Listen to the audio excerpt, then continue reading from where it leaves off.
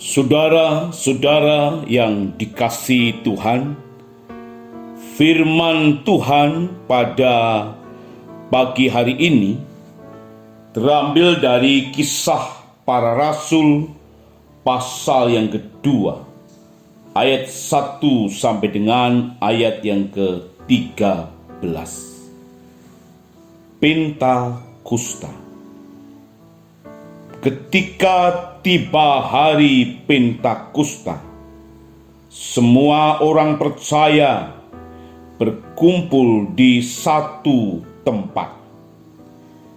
Tiba-tiba turunlah dari langit suatu bunyi seperti tiupan angin keras yang memenuhi seluruh rumah di mana mereka duduk. Dan tampaklah kepada mereka lidah-lidah seperti nyala api yang bertebaran dan hinggap pada mereka masing-masing. Maka penuhlah mereka dengan Roh Kudus. Lalu mereka mulai berkata-kata dalam bahasa-bahasa lain, seperti yang diberikan oleh Roh itu kepada mereka untuk mengatakannya. Waktu itu di Yerusalem diam orang-orang Yahudi yang saleh dari segala bangsa di bawah kolong langit. Ketika turun bunyi itu, berkerumunlah orang banyak. Mereka bingung karena mereka masing-masing mendengar rasul-rasul itu berkata-kata dalam bahasa mereka sendiri. Mereka semua tercengang-cengang dan heran, lalu berkata, "Bukankah mereka semua yang berkata-kata itu orang Galilea? Bagaimana mungkin kita masing-masing mendengar mereka berkata-kata dalam bahasa kita sendiri, yaitu bahasa yang kita pakai di negeri asal kita? Kita orang Partia, Media, Elam, penduduk Mesopotamia, Yudea dan Kapadokia, Pontus dan Asia, Frigia dan Pamfilia, Mesir dan daerah-daerah Libya yang berdekatan dengan Kirene, pendatang-pendatang dari Roma, baik orang Yahudi maupun penganut agama Yahudi, orang Kreta dan orang Arab. Kita mendengar mereka berkata-kata dalam bahasa kita sendiri tentang perbuatan-perbuatan besar yang dilakukan Allah." Mereka semuanya tercengang-cengang dan sangat termangu-mangu sambil berkata seorang kepada yang lain, "Apakah artinya ini?" Tetapi orang lain menyindir, "Mereka sedang mabuk oleh anggur manis." Amin. Bapak Ibu yang dikasihi Tuhan Yesus Kristus, kadang-kadang kita tidak bisa membedakan antara hari Pentakosta dengan turunnya Roh Kudus. Itu sebabnya orang awam berkata, hari turunnya Roh Kudus itu hari Pentakosta. Bapak Ibu Saudara yang dikasihi Tuhan, itu sebabnya pada kesempatan ini saya ingin menyampaikan satu kebenaran firman Tuhan yang berkisar tentang hari Pentakosta dan turunnya Roh Kudus. Kalau kita perhatikan bersama-sama, hari raya Pentakosta jauh sebelum Tuhan Yesus Kristus datang ke dunia, pada kitab Perjanjian Lama sudah ditentukan tentang hari raya ini. Memang dalam kitab Imamat tidak memberikan nama hari raya ini yang sebenarnya ada dalam Perjanjian Lama dan dalam konteks Perjanjian Baru sedikit diubah namanya. Itu sebabnya saudara yang dikasihi Tuhan Yesus Kristus, kitab Taurat hanya menulis hari raya Pentakosta adalah yang pertama, hari raya panen. Dalam kitab Keluaran pasal 23 ayat yang ke-16 dikatakan begini, kau peliharalah juga hari raya menuai, yakni menuai buah bungaran dan hasil usahamu menabur di ladang. Demikian juga hari raya pengumpulan hasil pada akhir tahun, apabila engkau mengumpulkan hasil usahamu dari ladang. Saudara, kitab Taurat berkata supaya hari raya menuai atau panen raya besar-besaran ini dirayakan bersama-sama. Itu sebabnya saudara, kitab Taurat hanya berkata hari raya panen bersama-sama. Tetapi saudara yang dikasihi Tuhan Yesus Kristus, dalam kitab Ulangan pasal 16 ayat 9 sampai 10 lebih jelas, yaitu hari raya Minggu atau dalam bahasa Ibraninya Shavuot, yang mengacu pada 7 minggu atau 49 hari dari akhir Paskah sampai kepada Pentakosta. Dikatakan demikian, 7 minggu harus kau hitung pada waktu orang mulai menyabit gandum yang belum dituai. Haruslah engkau mulai menghitung 7 minggu itu. Kemudian haruslah engkau merayakan hari raya 7 minggu bagi Tuhan Allahmu, sekedar persembahan sukarela yang akan kau berikan sesuai dengan berkat yang diberikan kepadamu oleh Tuhan Allahmu. Jadi saudara-saudara yang dikasihi Tuhan, adalah merupakan satu panen bersama-sama setelah mereka mengadakan hari terakhir di mana perayaan Paskah. Itu sebabnya saudara-saudara yang dikasihi Tuhan Yesus Kristus, dalam bahasa Yunani sering disebut dengan kata Pentakosta atau hari ke-50. Hal ini berdasarkan kepada perayaan yang tersebut adalah hari ke-50 setelah hari raya roti tidak beragi. Itu sebabnya saudara, orang-orang Yahudi sering merayakan ini. Orang-orang proselyit itu juga sering merayakan ini, karena ini adalah satu hari raya orang Yahudi.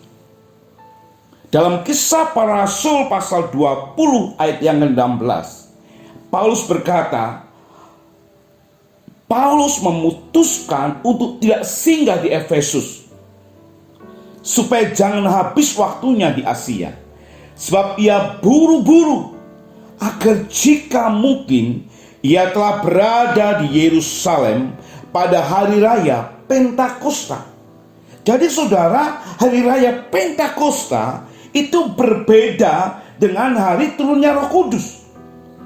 Memang pada saat hari raya Pentakosta bersamaan dengan hari turunnya Roh Kudus. Tetapi hari turunnya Roh Kudus bukan disebut hari raya Pentakosta. Itu sebabnya saudara yang dikasihi Tuhan Yesus Kristus, kita harus bedakan. Nah, nanti saya akan tampilkan ada apa sesungguhnya Tuhan memakai hari raya Pentakosta ini untuk mencurahkan rohnya kepada orang-orang pilihannya. Tetapi sebelum itu, saya ingin mengacu kepada turunnya Roh Kudus pada saat hari raya Pentakosta. Itu sebabnya yang kedua saya berkata tentang tanda-tanda besar kedatangan Roh Kudus. Jadi saudara yang dikasih Tuhan Yesus Kristus, ketika murid-murid berkumpul di satu tempat, mereka berdoa, mereka menantikan datangnya Roh Kudus, maka yang terjadi pada saat hari raya Pentakosta, pada puncak-puncaknya orang sedang berkumpul di Yerusalem, Roh Kudus turun atas murid-murid tersebut. Bapak Ibu yang dikasih Tuhan Yesus Kristus, jelas kita ingin menyatakan bahwa ini sesuatu yang luar biasa. Kenapa?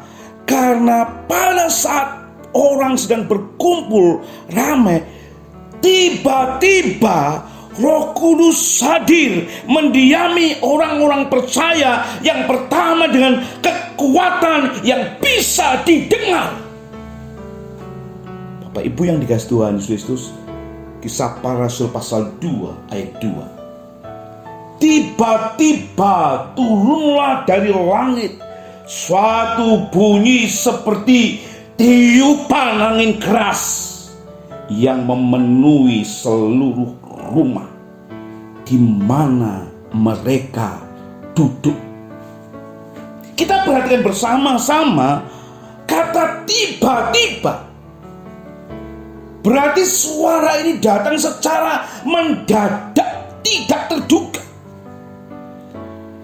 Ini bukan suara angin yang sebenarnya, tetapi suara itu seperti angin yang keras. Kita perhatikan bersama-sama saudara. Jadi ini bukan suara angin, tetapi Alkitab katakan seperti suara angin yang keras. Ini bisa diterjemahkan sebagai satu dentuman yang besar atau peledakan hebat, seperti suara angin yang besar yang mengamuk. Dan deru ini tidak hanya memenuhi ruangan tempat mereka berada, tetapi juga seluruh rumah mendengar tentang dentuman yang besar, mendengar tentang suara seperti angin yang besar itu. Bapak Ibu yang dikasih Tuhan Yesus Kristus, yang sangat luar biasa. Perhatikan saudara, dikatakan mereka ini sedang duduk. Oh saudara yang dikasih Tuhan Yesus Kristus, biasanya saudara, postur ketika orang berdoa atau posisi orang berdoa pada waktu itu biasanya berdiri atau berlutut, proskunium. Tetapi yang luar biasa, mereka sedang duduk. Kenapa saudara? Karena mereka sedang menunggu janji Roh Kudus akan datang. Mereka menantikan janji yang dijanjikan oleh Tuhan Yesus Kristus, bahwa mereka harus menantikan kedatangan Roh Kudus yang akan menuntun mereka. Jadi saudara yang dikasih Tuhan Yesus Kristus, ketika Roh Kudus datang, turun secara tak terduga. Dan itu semua adalah pekerjaan Allah yang luar biasa. Jadi murid-murid saat itu sedang duduk-duduk. Mereka menantikan kedatangan Roh Kudus. Dan tiba-tiba Roh Kudus mendatangi mereka. Bapak Ibu yang dikasih Tuhan Yesus Kristus, kita perhatikan bersama-sama. Kata untuk angin juga merupakan kata untuk roh, atau orang berkata pneuma, roh. Ini mewakili kuasa Allah yang luar biasa. Dalam Kejadian pasal 1 ayat yang kedua dikatakan, dan roh Allah melayang-layang di atas permukaan air. Jadi Bapak Ibu yang dikasihi Tuhan Yesus Kristus, kehadiran Allah dalam bentuk pneuma, roh. Itu sebabnya dalam kitab Kejadian itu, roh Allah, pneuma Allah itu melayang-layang di permukaan air. Artinya kehadiran Allah berbentuk roh. Itu sebabnya Tuhan Yesus Kristus berkata dalam kitab Injil Yohanes pasal 3 ayat yang ke-8, ketika berdiskusi dengan Nikodemus, angin bertiup kemana ia mau, dan engkau mendengar bunyinya, tetapi engkau tidak tahu dari mana ia datang atau kemana ia pergi. Demikian halnya dengan tiap-tiap orang yang lahir dari roh. Jadi Tuhan Yesus ingin berkata bahwa Allah itu adalah roh. Sama seperti kehadirannya kepada murid-muridnya, Tuhan memakai bentuk pneuma, roh kudus. Saudara yang dikasihi Tuhan Yesus, itu sekali lagi saya katakan, roh kudus, atau dalam kitab Injil Yohanes, Tuhan menjanjikan Parakletos, penghibur. Nah, dalam kitab Kisah Para Rasul pasal 2 itu, penghibur Parakletos itu datang dalam bentuk roh, pneuma. Jadi sekali lagi saya tegaskan, bukan bentuk manusia yang datang kepada murid-murid untuk menuntun, untuk memperbarui ajaran itu. Bukan. Ini otak-atik matuk. Tetapi yang jelas, ini dalam bentuk pneuma atau roh. Sehingga roh itu mendatangi murid-murid.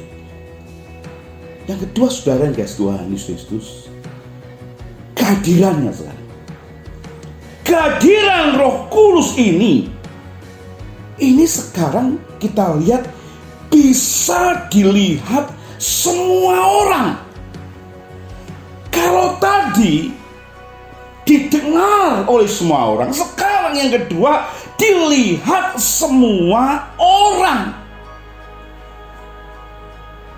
Dalam Kisah Para Rasul pasal 2 ayat yang ketiga, dan tampaklah kepada mereka lidah-lidah seperti nyala api yang bertebaran, dan hinggap pada mereka masing-masing.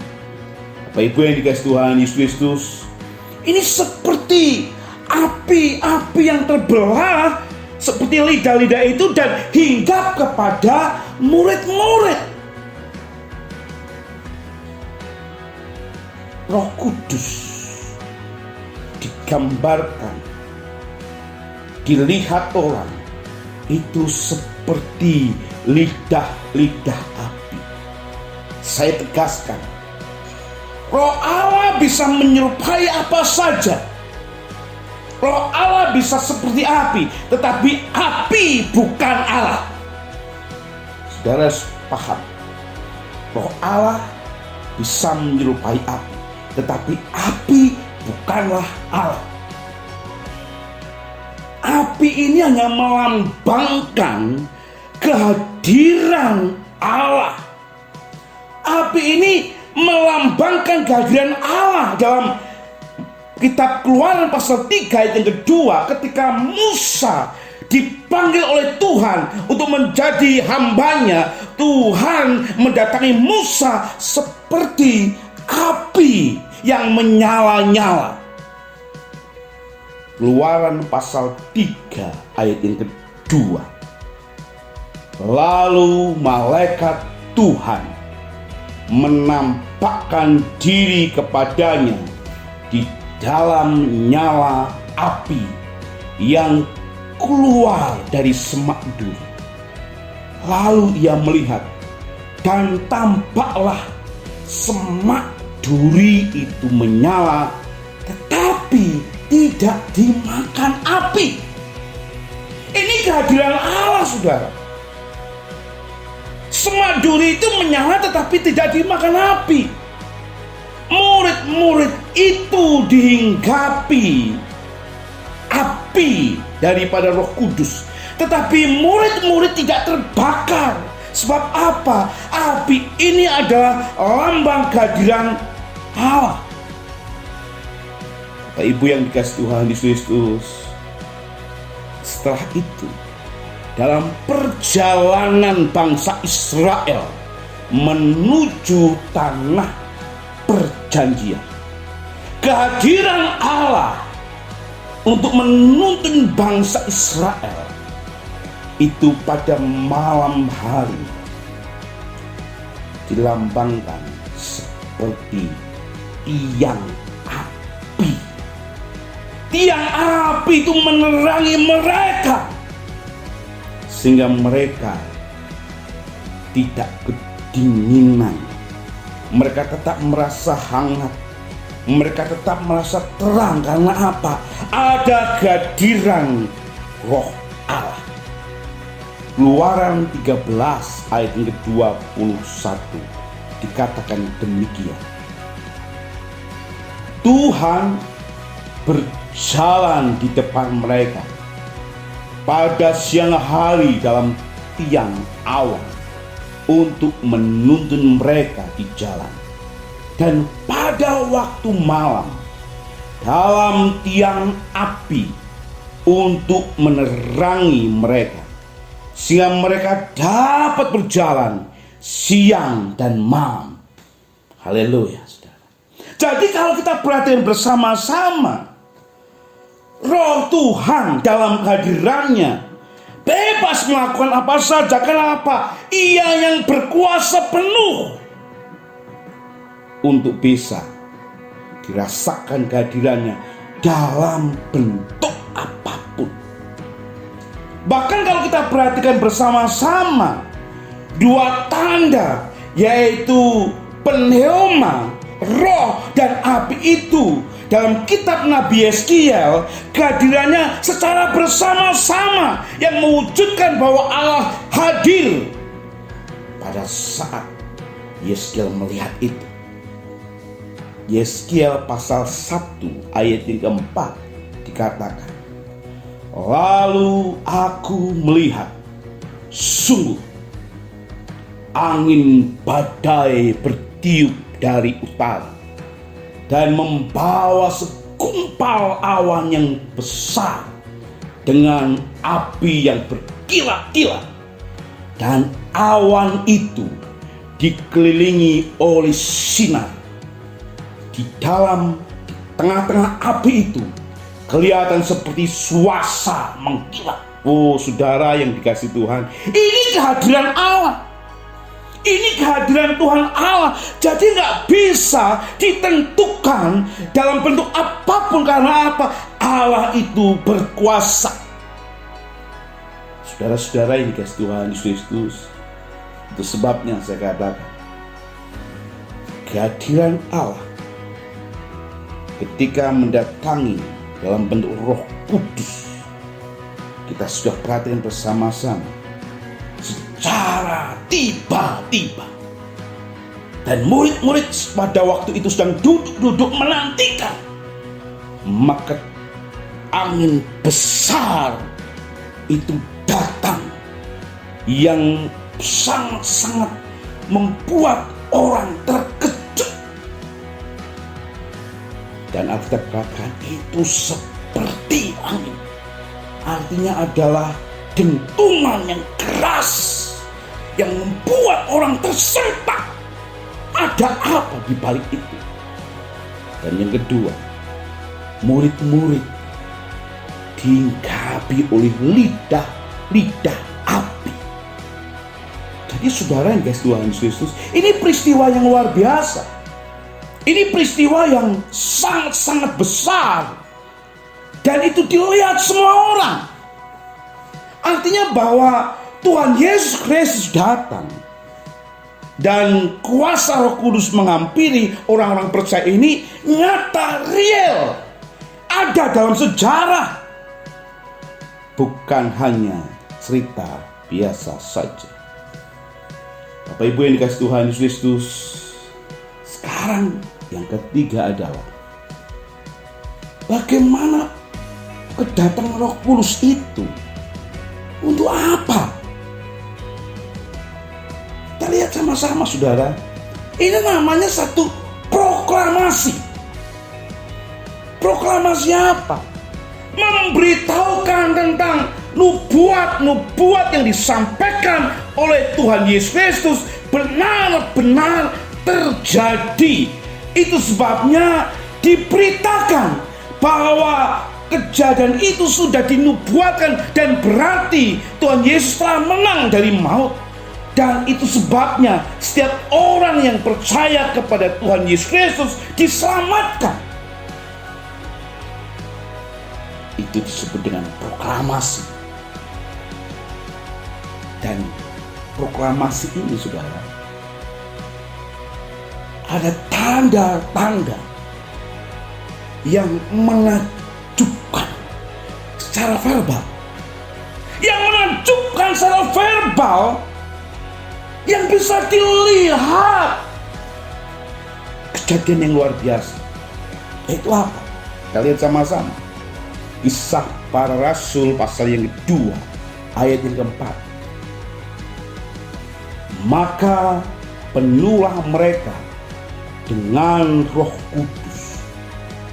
Lalu mereka mulai berkata-kata dalam bahasa-bahasa lain, seperti yang diberikan oleh Roh itu kepada mereka untuk mengatakannya. Oh saudara yang dikasihi Tuhan Yesus Kristus, ketika semua orang yang percaya kepada Tuhan Yesus itu sebanyak 120 orang itu dipenuhi dengan Roh Kudus, mereka mulai menyatakan pujian mereka dalam sejumlah bahasa yang belum pernah mereka bicarakan sebelumnya.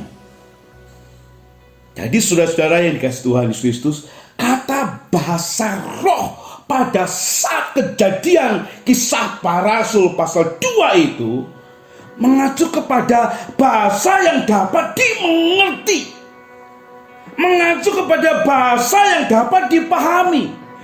Ini adalah bahasa yang memang tidak diketahui oleh penutur, yaitu murid-murid, tetapi dipahami dengan jelas oleh para pendengar. Saudara yang dikasihi Tuhan Yesus Kristus, sekali lagi saya katakan,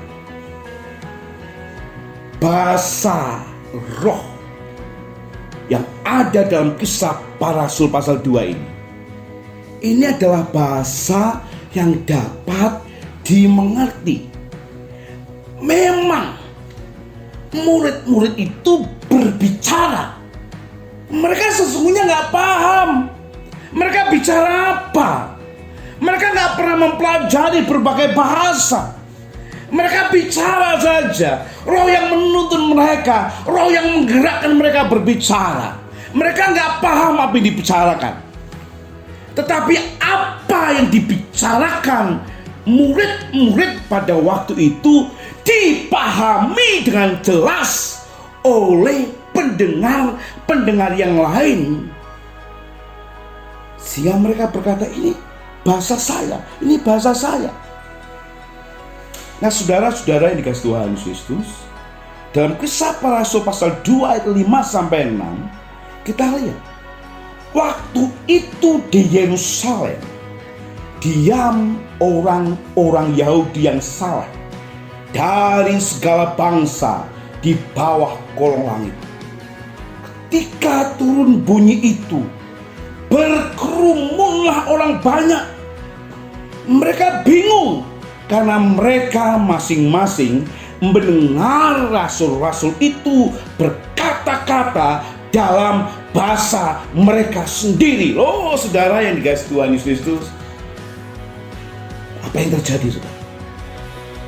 Ketika dentuman itu terjadi, ketika bunyi yang sangat besar itu terjadi di rumah di mana murid-murid berkumpul, orang-orang di luar terkejut, tercengang, ada apa ini? Mereka kemudian berkerumun bersama-sama.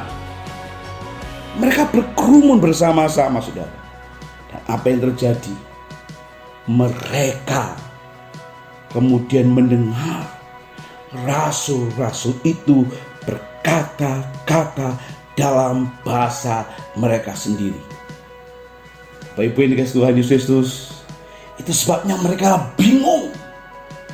Mereka menjadi bingung dan bingung.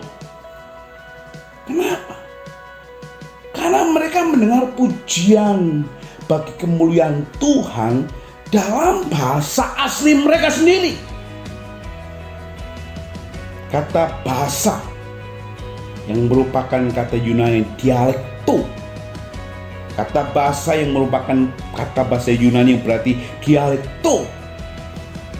Ini dari mana kita sekarang mempelajari atau sering mendengar kata dialek, yaitu kata khas bahasa daerah setiap orang atau aksen setiap orang bersama-sama, itu dialek. Nah, kata dialekto, ketika mereka mendengar itu, mereka heran, loh, ini kan bahasaku, ini bahasa di mana aku dulu tinggal, di mana aku dulu tempat asalku. Dialekto, saudara. Mereka heran, mereka tercengang-cengang. Lalu mereka sambil berkata, itu bahasa saya. Kisah Para Rasul pasal 2 ayat 7-8 dikatakan, mereka semua tercengang-cengang dan heran. Lalu berkata, bukankah mereka semua yang berkata-kata itu orang Galilea? Bagaimana mungkin kita masing-masing mendengar mereka berkata-kata dalam bahasa kita sendiri, yaitu bahasa yang kita pakai di negeri asal kita. Wow, Bapak Ibu yang dikasihi Tuhan Yesus, kita perhatikan bersama-sama. Orang-orang yang berbicara itu adalah orang-orang Galilea kebanyakan. Mereka heran, kenapa? Orang-orang Galilea ini dalam pemahaman orang Yahudi, ini adalah orang-orang termarginal, terpinggirkan, baik secara pendidikan, baik secara harta benda, kekayaan, mereka terpinggirkan, saudara. Tapi yang membuat mereka heran, mereka bisa berbahasa yang lain menurut dialek mereka masing-masing. Bagaimana mereka bisa mempelajari? Di mana mereka belajar bahasa itu? Tidak mungkin kalau hanya sekelas orang Galilea. Bapak Ibu yang dikasihi Tuhan Yesus Kristus, ini mujizat yang luar biasa. Ini satu kejadian yang luar biasa. Dan ini terjadi ketika Roh Kudus dicurahkan kepada semua orang yang percaya kepada Tuhan Yesus Kristus, maka mujizat besar itu terjadi. Bapak Ibu yang dikasihi Tuhan Yesus Kristus, sekarang pertanyaannya adalah, apa maksud Tuhan akan peristiwa Pentakosta itu? Kenapa Tuhan Yesus Kristus menjadikan Roh Kudus dan murid-murid harus berkumpul di Yerusalem, dan pada saat mereka berkumpul di Yerusalem pada saat hari Pentakosta, maka Roh Kudus turun? Apa maksud semuanya itu? Izinkan saya boleh menyampaikan sesuatu hal. Yang pertama adalah pada hari raya Pentakosta, semua orang Yahudi dari beberapa daerah berkumpul di Yerusalem. Bahkan bukan hanya orang Yahudi saja, orang-orang proselyt. Orang proselyt itu adalah orang bukan keturunan Yahudi, tetapi memeluk agama Yahudi. Itu disebut dengan orang proselyt. Itu mereka juga berada di Yerusalem untuk apa? Perayaan hari raya Pentakosta. Itu sebabnya di Yerusalem itu pesta besar-besaran. Karena apa? Karena berkumpul semua orang Yahudi dari seluruh negeri dan juga orang-orang proselyt dari daerah-daerah yang lain berkumpul bersama-sama di Yerusalem. Itu sebabnya saudara, yang kedua kita lihat, pada saat itu Tuhan Allah menunjukkan kuasanya dan memulai pemberitaan tentang keselamatan bagi manusia ke seluruh dunia. Saudara-saudara yang dikasihi Tuhan Yesus Kristus, Tuhan ingin memakai orang-orang yang pada saat itu berkumpul di Yerusalem, baik murid-murid ataupun orang-orang yang sedang menghadiri pesta Pentakosta ini. Tuhan ingin menjadikan mereka misi duta-duta Allah setelah mereka kembali ke daerah mereka masing-masing. Saudara-saudara yang dikasihi Tuhan Yesus Kristus, itu sebabnya dengan jelas bahwa berita ini harus disampaikan kepada semua orang ke seluruh dunia. Itu sebabnya pada saat pertemuan besar-besaran Tuhan membuat mujizat yang besar, dan setelah mereka kembali ke daerah mereka masing-masing, mereka memberitakan, mereka mengabarkan, mereka mewartakan kabar sukacita itu kepada banyak orang. Itu sebabnya tepat di mana hari raya Pentakosta, gereja mulai berdiri,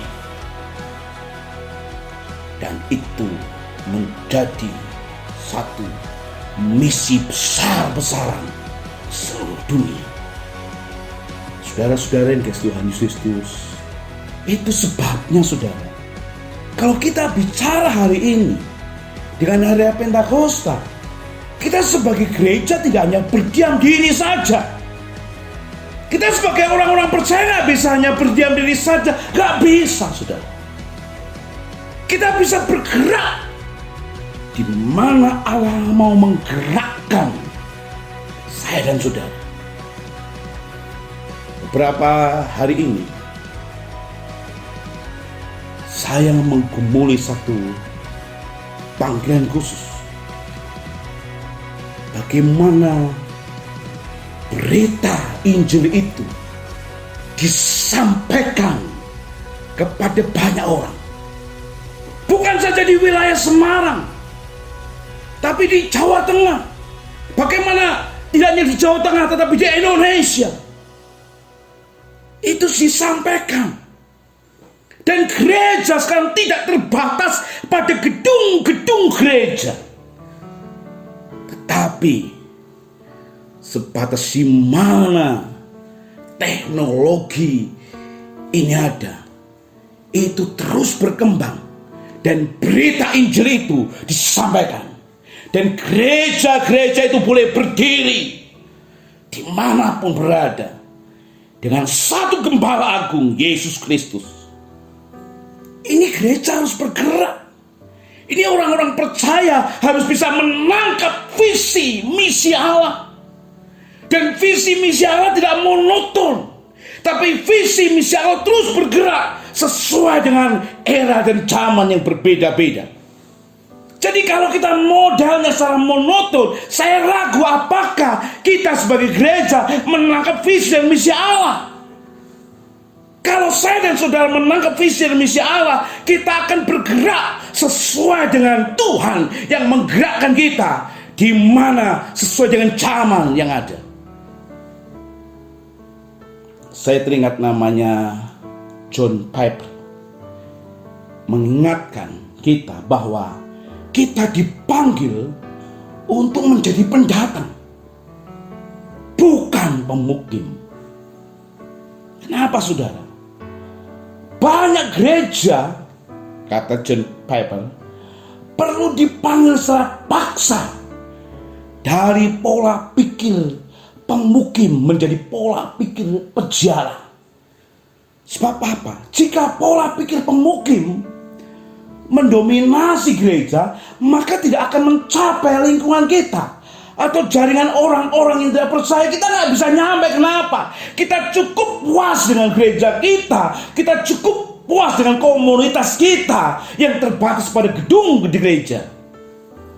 Kita nggak bisa menjangkau bangsa-bangsa di dunia bagi Kristus. Itu sebabnya saudara, Tuhan Yesus tidak memanggil kita untuk menetap di bumi sebagaimana adanya. Tetapi Tuhan Yesus manggil kita untuk menjadi orang-orang buangan, orang-orang pendatang di bumi, sehingga kita terus maju bersama-sama. Jadi saudara yang dikasih Tuhan Yesus Kristus, saya katakan, dengan peristiwa Pentakosta ini, maka kita perlu menangkap visi misi Allah. Kita perlu menangkap apa yang Tuhan maksudkan buat kita. Kita perlu mengerti detak jantung Tuhan, mau di mana arah pilihan Tuhan, mau di mana di bawah visi misi Allah pada era sekarang ini. Itu sebabnya saudara, kalau kita hanya puas dengan data-data dan sebagainya, dan kita sedang puas dengan berapa orang yang mendengar dan sebagainya, bagi zaman sekarang ini sudah tidak berlaku. Yang ada sekarang adalah bagaimana orang bisa mendengar kebenaran firman Tuhan di era yang global ini, di mana kita bisa mendengar di tempat-tempat kita bekerja, di mana kita bisa mendengar Kristus, di tempat-tempat kita berada, dan kita bisa menjadi jemaat-jemaat Kristus di mana kita ada.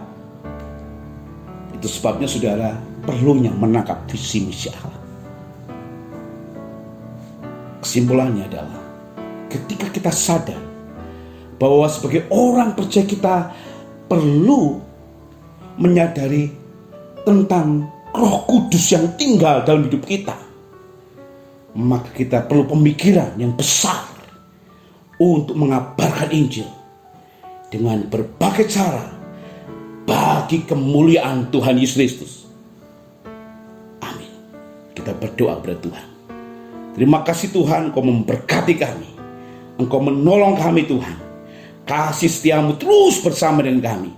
Itu sebabnya berkati kami Tuhan. Berikan visi dan misi yang besar buat kami semua. Visi misi yang baru yang Tuhan tetapkan buat kami di era zaman sekarang ini. Tuhan berkati kami. Itu sebabnya kami berdoa di dalam nama Tuhan Yesus Kristus. Di peringatan hari Pentakosta ini, kami semakin bergairah untuk mewartakan Injil Kristus Yesus. Hanya di dalam nama Tuhan Yesus Kristus kami berdoa. Amin. Tuhan berkati. Tuhan Yesus, hari ini kami berdoa Tuhan untuk seluruh jemaat-jemaat Tuhan yang bekerja. Tuhan memberkati, yang terus berusaha dengan segala keaktifan mereka. Tuhan juga berkati. Yang mungkin kekurangan, Tuhan Engkau menolong mereka. Yang sakit Tuhan jamah, yang sedang ada masalah, mari Tuhan beri penghiburan buat mereka. Berkati kami semua Tuhan. Kami berdoa di dalam nama Tuhan Yesus Kristus. semua dicukupkan oleh Tuhan. Bahkan Tuhan memberikan satu kelebihan oleh karena Tuhan bersama dengan kami. Berkati kami Tuhan. Tuhan memberkati saudara dan melindungi saudara. Tuhan menyinari saudara dengan wajahnya dan memberi kasih karunia. Tuhan menghadapkan wajahnya bagi saudara dan memberi damai sejahtera. Di dalam persekutuan Allah Bapa, Yesus Kristus serta Roh Kudus, pulanglah dan tetap tinggal di rumah, dan Tuhan memberikan damai sejahtera. Amin.